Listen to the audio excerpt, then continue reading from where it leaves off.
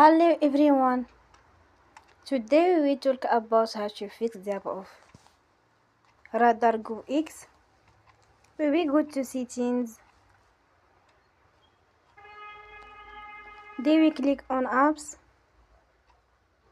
After that we will search the app RadarGo X and then we click. Then you will on for stop.